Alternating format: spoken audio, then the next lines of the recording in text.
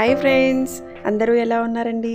Welcome back to our channel Shalini's Harivillu. Time 11 అవుతుంది, అయినా ఎంత చల్లగా ఉందో వాతావరణం. ఈ చల్లని వాతావరణానికి వేడివేడిగా రాగి సంగటి, వేడివేడిగా చేపల పులుసు తినాలనిపిస్తుందండి. ఇది బ్యాచిలర్స్ అయినా బిగినర్స్ అయినా సింపుల్గా చేసుకునే పద్ధతిలో చూపిస్తానండి. మాకు నెల్లూరులో ఏ పార్టీ జరిగినా, ఏ ఫంక్షన్ జరిగినా మొదటగా one of the special recipe అయినా రాగి సంగటి చేపల పులుసు ఖచ్చితంగా ఉంటుందండి. ఇవాల్టి స్పెషల్ నెల్లూరు చేపల పులుసు రాగి సంగటి అండి. ఈ చేపల పులుసు ప్రతి ప్రాంతానికి, ప్రతి ఊరికి ఓ తీరున్నప్పటికీ యూనివర్సల్గా ఆంధ్రాలో సింపుల్గా ఎలా చేసినా రుచిగా వచ్చేటటువంటి స్టైల్లో చూపిస్తాను మీకు. మా అమ్మమ్మ గారిని అడిగి తెలుసుకొని చేస్తున్నటువంటి రెసిపీ ఇది. అందరూ రాగి సంగటి చేస్తారు, కొన్ని మార్పులు చేయడం వల్ల దాని రుచి ఎంతో అమోఘంగా ఉంటుందండి. ఇంకా లేట్ చేయకుండా ఎలా తయారు చేసుకోవాలో చూసేద్దాం రండి. ముందుగా ఒక 2 కిలోల చేపను తీసుకొని ఇట్లా శుభ్రంగా కడిగేసుకొని 2-3 సార్లు లాస్ట్లో ఉప్పు నిమ్మకాయ రసం వేసి కడిగితే దాంట్లో ఉండే నీచు వాసన అంతా వెళ్ళిపోతుందండి. ఇట్లా శుభ్రం చేసుకున్న చేపల్ని ఉప్పు కారం వేసేసి పక్కన ఉంచుకుందాము. దీన్ని ఒకే ఏరియాలో ఒక్కోలాగా పిలుస్తారండి. మాకు నెల్లూరులో అయితే దీన్ని గెడ్డిగెండి అంటాము. ఇక్కడ హైదరాబాద్ సైడ్ అయితే రవ్వ అని కూడా అంటారండి. ఈ చేపల్ని 2 స్పూన్ల రాళ్ళు ఉప్పు వేస్తున్నాను. ఇందులోనే కారం ఒక 3 స్పూన్స్ అండి. చేపల పులుసు అంటేనే కొంచెం ఘాటుగా ఉంటేనే బాగుంటుంది. ఒక 3 స్పూన్స్ యాడ్ చేస్తున్నాను. 1/2 స్పూన్ పసుపు. చేపలకి ఉప్పు, కారం, పసుపు అన్నీ మంచిగా పట్టేలాగా కలిపేసుకొని మూత పెట్టుకొని పక్కన ఉంచేసుకుందామండి. ఒక అంటు మామిడికాయ తీసుకున్నానండి. ఇది పుల్లగా ఉండదు, తీయగా ఉండదు. చేపల పులుసులో మంచి టేస్ట్ వస్తుంది. 2 ఉల్లిపాయలు, 2 టమాటాలు, 10 పచ్చిమిర్చి తీసుకున్నాను. ఒక 100 గ్రామ్స్ చింతపండు తీసుకున్నానండి. ఇంత సైజ్ అయితే సరిపోతుంది 2 kgs ఫిష్కి. 3 రెబ్బల కరివేపాకు. ఇవి అండి ఇంగ్రీడియంట్స్. చింతపండుని శుభ్రంగా వాష్ చేసేసి వేడినీళ్ళు పెట్టుకొని వేడినీళ్ళలో నానబెట్టుకోవాలండి. చింతపండుని ఇట్లా నానబెట్టుకోవడం వల్ల గుజ్జు తొందరగా సపరేట్ అవుతుంది, తొందరగా నానుతుంది కూడా అండి. గుజ్జు తీసుకోవడానికి ఈజీగా వచ్చేస్తుంది దీంట్లో మిగలకుండా. ఇట్లా కొంచెం వాటర్ యాడ్ చేసుకొని మంచిగా కలిపేసుకొని మనం ఫిల్టర్ చేసుకుందాము. ఇట్లాంటి చిక్కటి గుజ్జునైతే సపరేట్ చేసుకున్నాను ఫ్రెండ్స్. ముందుగా స్టవ్ ఆన్ చేసుకొని ఒక పాత్రను పెట్టుకుంటున్నానండి. ఎప్పుడైనా చేపల పులుసు చేయడానికి ఎత్తు తక్కువగా వెడల్పుగా ఉండే పాత్రను పెట్టుకోవడం వల్ల చేప ముక్కలు చెదరకుండా ఉంటాయండి. 1 కప్పు ఆయిల్ వేశాను. ఆయిల్ వేడవగానే 2 స్పూన్ల ఆవాలు, 2 స్పూన్ల జీలకర్ర వేస్తున్నాను. కొంచెం చిటపడలాడగానే 1 స్పూన్ మెంతులు కూడా వేసుకుంటున్నాను. ఇది కొంచెం వేగాక 2 ఉల్లిపాయలు, 10 పచ్చిమిర్చి చిలుకలు కట్ చేసి పెట్టుకున్నాం కదా, అవి కూడా యాడ్ చేసేస్తున్నానండి.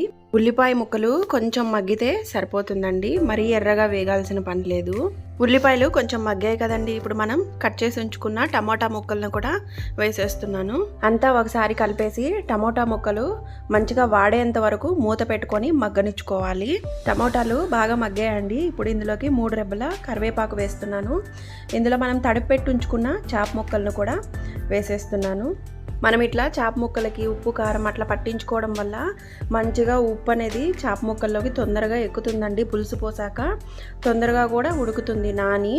చింతపండుని మనం ఇట్లా రెడీ చేసి ఉంచుకున్నాము కదా, ఈ గుజ్జును కూడా యాడ్ చేసేస్తున్నానండి. చేప ముక్కల్ని ఒకసారి నీట్గా సర్దేసి ఉప్పు, కారం చెక్ చేసుకొని ఇంకొంచెం సరిపోకపోతే ఇంకొంచెం కారం యాడ్ చేసుకోండి ఫ్రెండ్స్. చేపల పులుసులో కారం ఎక్కువగా ఉంటేనే బాగుంటుందండి. ఇవి ఆవిరికే ఉడికిపోతాయి చేప ముక్కలు. మూత పెట్టుకొని ఒక 10 నిమిషాలు మగ్గనిచ్చుకున్నామంటే మనకి చేపల పులుసు రెడీ అయిపోతుంది. ఎక్కువ టైం కూడా పట్టదండి. ఎంతవరకు రెడీ అయిందో చూద్దామా అండి. ముక్కాలు భాగం అయితే అయిపోయింది. ఎట్టి పరిస్థితుల్లో గరిటె పెట్టి మాత్రం కలపకూడదు.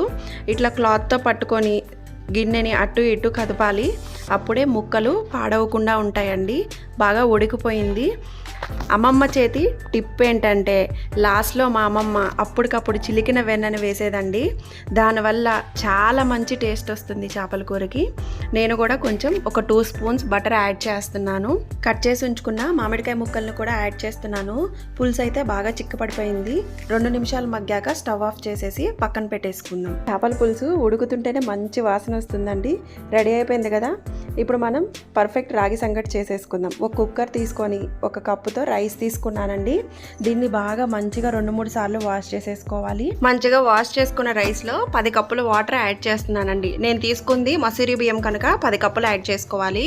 అదే మీరు రేషన్ బియ్యం కనుక తీసుకుంటే 8 కప్స్ అయితే సరిపోతుంది. రేషన్ బియ్యంలో జిగురు శాతం ఎక్కువ ఉంటుంది కాబట్టి రాగి ముద్దకి 8 గ్లాసెస్ సరిపోతుంది.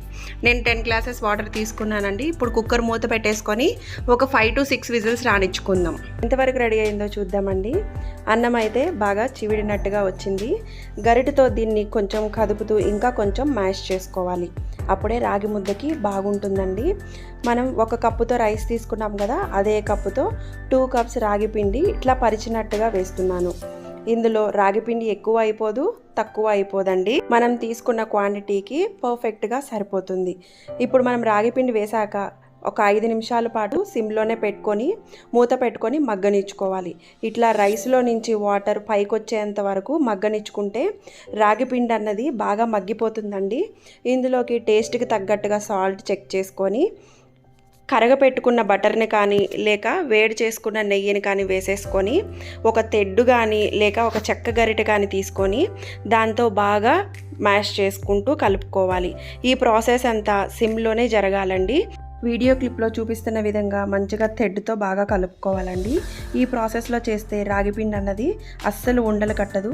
రైస్ వన్స్ ఉడికిన తర్వాత మిగతా ప్రాసెస్ అంతా లో ఫ్లేమ్లోనే చేసుకోవాలండి. ఇలా మొత్తం బాగా కలిపేసి మళ్ళీ టైట్గా మూత పెట్టేసి 5 నిమిషాలు కొద్దిగా మగ్గనివ్వండి. ఇక్కడ రాగి సంగటి అన్నది పర్ఫెక్ట్గా కుక్ అయిపోయింది అన్నమాట. ఇప్పుడు స్టవ్ ఆఫ్ చేసేసి 5 నిమిషాల పాటు పక్కన వదిలేయండి. వెంటనే సర్వ్ చేసుకునే కన్నా 10 నిమిషాలు ఆగి సర్వ్ చేసుకుంటే ఫ్లేవర్స్ అన్ని బ్యాలెన్స్ అయిపోతాయి. సర్వ్ చేసుకునేటప్పుడు కూడా చేతిని వాటర్తో కానీ గీతో కానీ ముద్దలు చేసుకోండి. అప్పుడు చేయి కాలకుండా ఉంటుంది.